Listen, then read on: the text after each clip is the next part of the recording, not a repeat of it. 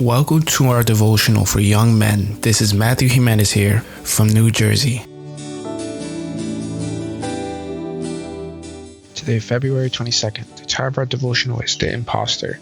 Even Satan disguised himself as an angel of light. 2 Corinthians chapter 11, verse 14. Has someone ever tricked you by pretending to be someone else? Until recently, all my experiences in the field consisted of falling victim to my friend's pranks.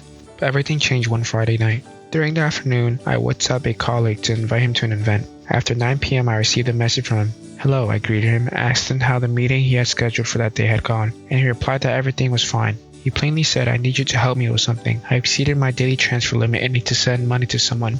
Would you be so kind as to transfer $500 via cell to this phone number?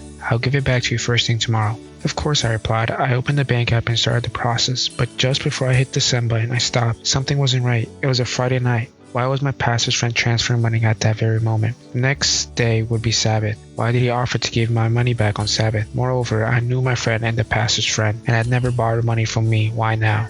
I felt guilty for questioning my friend. Perhaps it was an emergency, so I decided to call him. But he didn't answer because he didn't have a good signal. Thus, I asked him to send me transfer data again, but this time through a voice message, but he didn't want to. Then I knew something was wrong. The person on the other end wasn't my friend, and they knew I would recognize an imposter's voice. So they didn't speak to me again. A short time later, I found out that my friend's phone had been hacked. My experience with the scammer is a good illustration of what Paul mentions in today's verse. Satan never presents himself as he really is, preferring disguises and impersonation. However, my experience also taught me that the key to recognizing deception is to know. If I hadn't known my friend, I'd have $500 less in my savings account today. In the same way, the best strategy to avoid falling for Satan's wiles is to get to know God by spending time with him through studying his word and praying. Do you know your friend?